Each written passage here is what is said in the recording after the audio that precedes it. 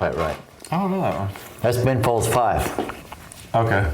Brick. She's a brick it up. Yeah, I don't know much about them. Oh, I thought you didn't like them. I mean, it's another I one. played that one because I thought you were gonna hate it. No, I mean, I had a roommate that was obsessed with that band, and I didn't care. 6 a.m. Well, something's freezing. That's Ben Folds. It's all shtick. You know, I know the people have trouble with him sometimes. Yeah. When I was growing up, he was a piano guy. Yeah. So, listen to try to find the piano. They're a trio. They would rock at times, musically, but he's a nerd. You know, he has that whole nerdy way about him. He's a piano guy. Yeah, I didn't think you'd like it. Dadgummit, I'll have to find another one. Yeah, find another one. Hey everybody, welcome back to Great Measures. My name is Richard. This is Judson sitting over here beside me. Great Measures. All right. It's been a minute. Since me and your mom hung out. Been a couple months, but I need to show you this one. I'm just like, I know where your head is gonna go. So the band is Pantera. Great. You don't even dislike Pantera. You just dislike the fact that I dumped Pantera. No, I don't. I like the new music. I like let's stay with the things that are going on. You know. No, we gotta new hit the classics from time to time too, though. Classics. Yeah. So this one's called Domination. It's from Cowboys from Hell, 1990. But this song, I promise you, I know how you feel about doing Pantera, and I know this song has a payoff that's better than almost all payoffs. Okay. You'll be like, when the song goes off, you're gonna be like, okay, I understand why you. I'm confident in saying that. I know why you showed me this song. All right, Richard, let's Get excited, man. excited or mad and angry. Both. Because I think I'm meeting what it is that Pantera wants to draw out of you anyway, angst and anger. So let's listen to the damn thing. A lot of that in this song. God. All right, this is Domination by Pantera. Woohoo!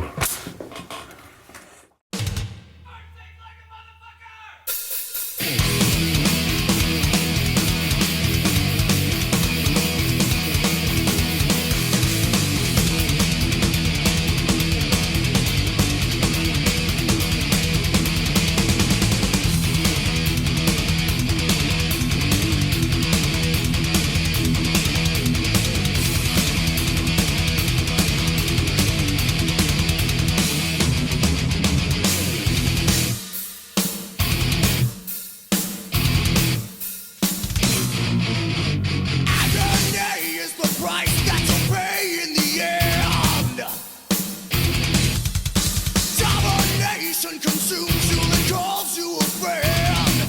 It's a twisted fall. Binds your life, steal and manipulates the will to be. And it's hard to see how soon we forget when there's nothing else left to destroy.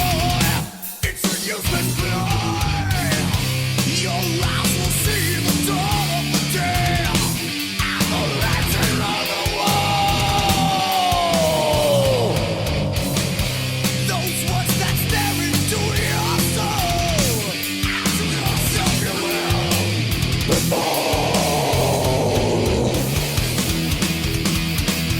It's domination. Push into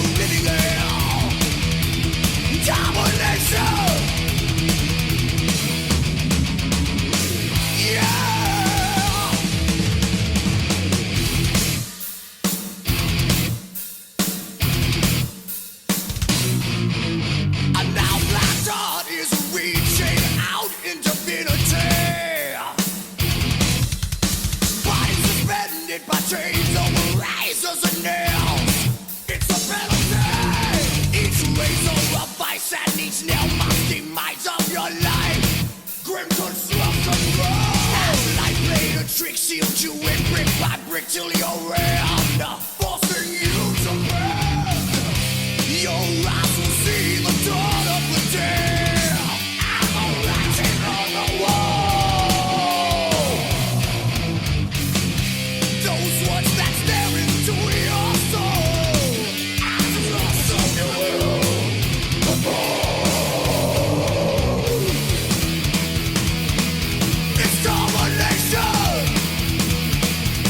pushed into living hell. Oh, domination.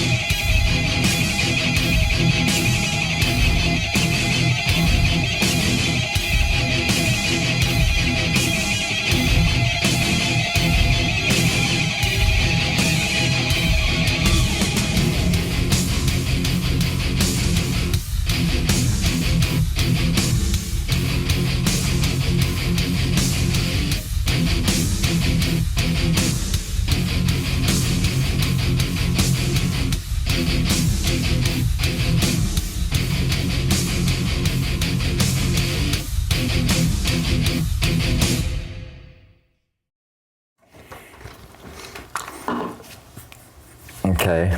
Screw the rest of the song. Just that. Well, Come on. I mean, don't screw the rest of the song, but so there's a couple things I thought about just while we were listening to that piece of crap music. And it's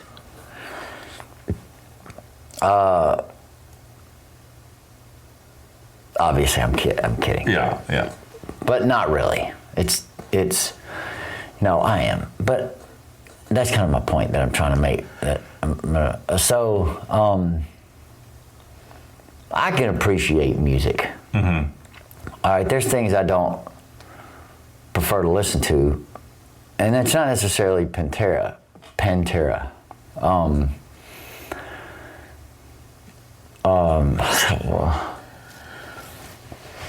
I just,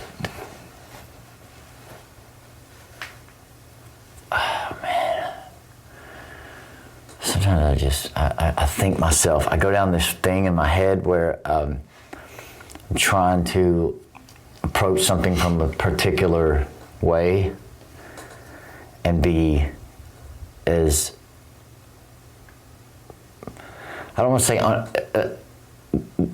unopinionated, but everything that you say is your opinion of something. Sure. Because it's coming out of your face, so it's hard. I end up just like I end up having this. It's almost like it's like my computer crashes or something in my head. You know, like you try so hard to get down to this place where and you realize that you can't do it that way because you're basically an opinion of the universe, just you walking around, an expression of an opinion of the greater all, whatever. See what I mean? Like I just kind of. So that's what I just did. But I can understand. Pantera's a good band. They put out good music, meaning I can see why people like it. It deserves a place in the musical whole as being innovative, right? Mm-hmm. And they have a cool formula. I do like the formula of, at the end of the song, they groove in some way. Mm. What was that noise that was going on? I don't know. I don't know what that is. See, it's stuff like that in Pantera that makes me kind of be, you know, why all the extra vocals and stuff, and, you know,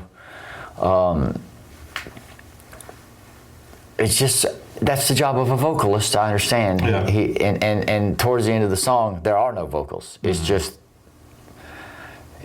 the actual guy who's the best in the band at doing what he does, getting to finally do it. Yeah, and I think there's, as far as the vocal style goes, that was pretty, I mean, the evil laugh, the kind of corny evil laugh, like that's from that time, from this style of music, you know, 1990, it was, I'm not saying it's okay, and I'm not saying it should have been done, I'm just saying that's what was being done.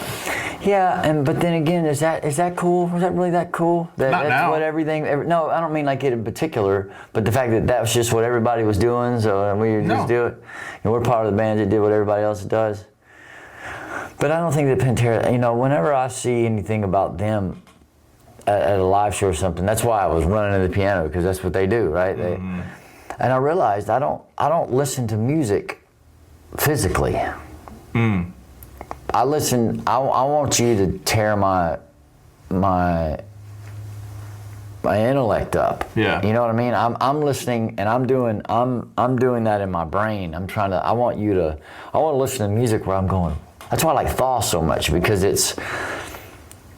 it doesn't give you anything to latch on to all the way. It's always just slipping out of your hand all the time. Yeah. And this allows you to make a fist and hit somebody else with it. And that's the expression of listening to this music sometimes, is running into somebody else. Right. You know? Yeah. And I don't listen to music that way. Sure. I don't listen to it physically. Okay. I listen to it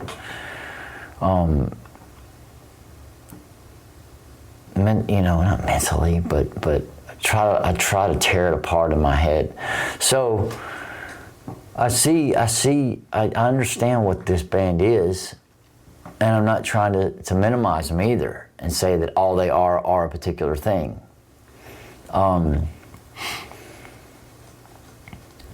But I just kind of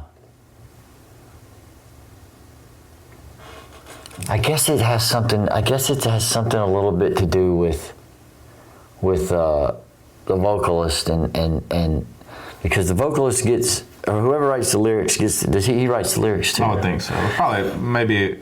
The other songs we've done, you said he wrote this song about this thing in particular. Right, yeah. So, you know, he gets to put the message out there, and say, this is what we're about with this sound. This sound is the soundtrack for this message. Mm-hmm. And generally those messages of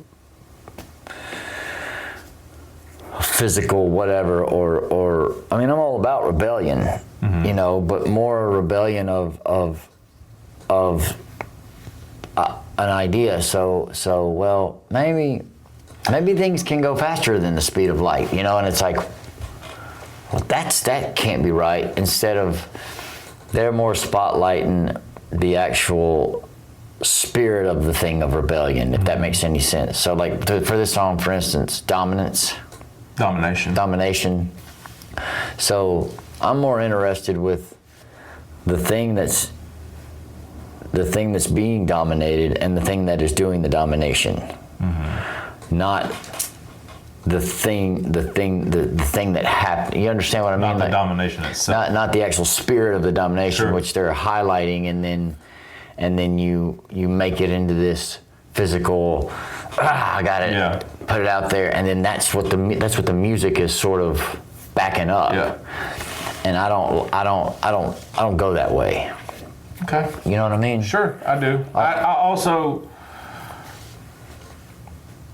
and this is not exactly what you're talking about, but I don't have an ability to see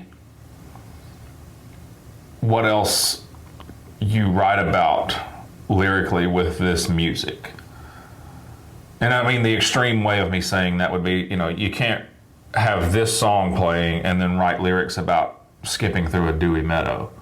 I don't know. I think the only reason you maybe have that idea is because that's just what that's what the band did that has solidified them in music lore, is that they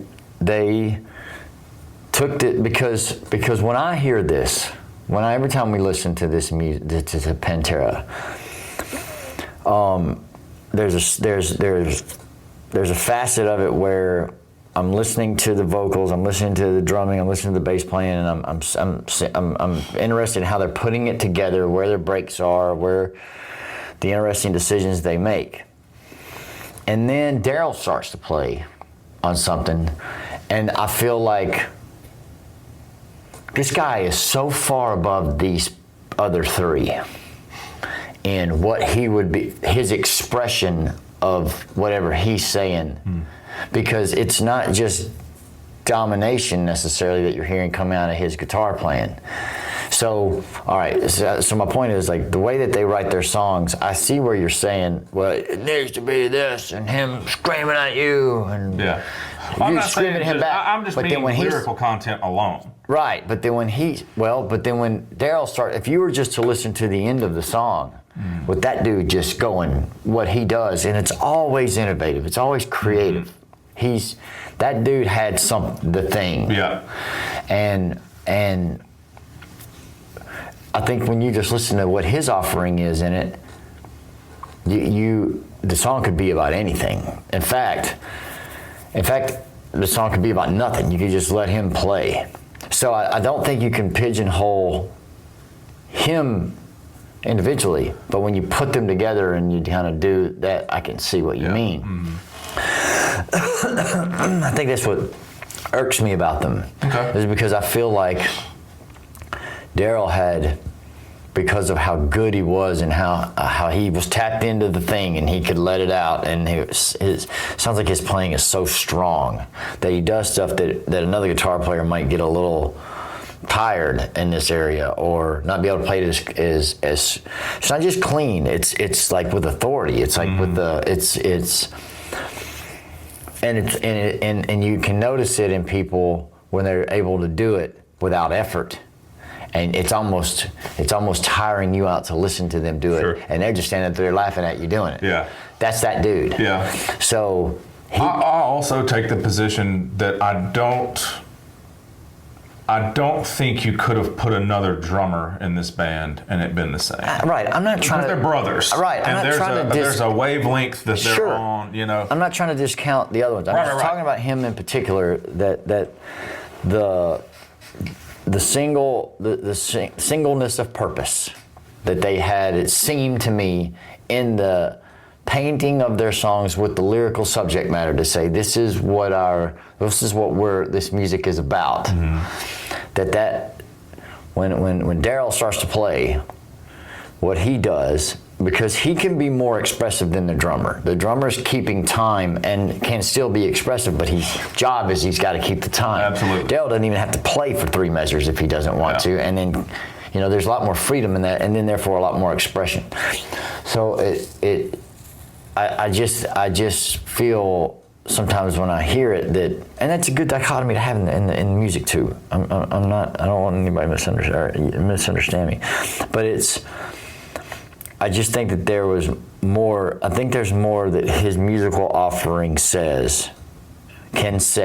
could express than being propped up by some of these mainly focused in one direction lyrics. Fair enough. Yeah, I understand what you're saying.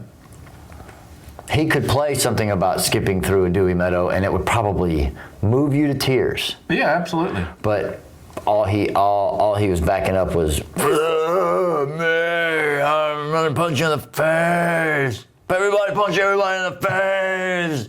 Yeah. Next song. Punch everybody in the face. Step on 'em. You know what I mean? Yeah. But my favorite part of their music is the end.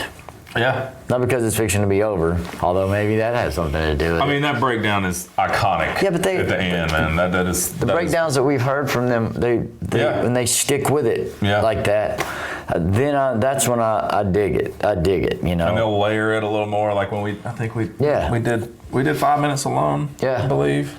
In the end of 5 Minutes Alone, it's, you know, they just keep building on it as it's fading out, or as the song is ending. Yeah, I dig that part of. I dig that. That's my favorite part of listening to Pantera is that when they get in the thing at the end, because then you know, I don't know. Then I start getting invested. It's I don't know. It makes me think a little more. It makes my mind. I don't know. It grabs me. I'm with the rhythm. I'm with the flow of life, you know. And that it seems like they tap into that and then off they go, instead of.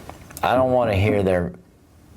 I guess I just don't like to be intellectually. I don't choose, in my opinion, I guess, of what I like to think about. It doesn't go to the subject matter that they generally write about all the time. So for me to want to listen to, if I were to listen to one, I couldn't listen to a whole album of them because I'd just be like, you know, I want to listen to a song about jumping through a dewy meadow now.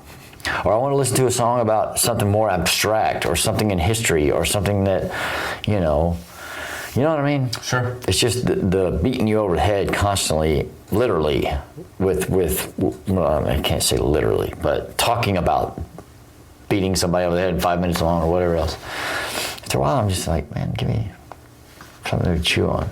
Okay. I think sometimes the singleness of purpose tends to throw me off. They got some stuff like that. Well, Skipping through a dewy meadow. not really that, but Richard's saying that Pantera has songs about skipping through dewy meadows. no, but a lot less aggressive, both vocally and musically. I don't believe it. Okay. Bull crap. Okay. Malarkey. All right. Balderdash. We'll see. All right. That means we have to listen to another Pantera song in the It's future. coming. God. It's coming. Oh, I just realized what happened. Just get over it. That was psychological manipulation on your part to make me say, oh yeah? Well, let's listen to another one. Crap. Thanks for watching, everybody. We are Great Measures. My name is Richard. This is Judson. and Thanks he a hates lot for Pantera. showing me that song, You're Richard. very welcome. That was Domination by Pantera from 1990's Cowboys from Hell. Domination. Great Measures. Great Measures. Have a wonderful day, everybody.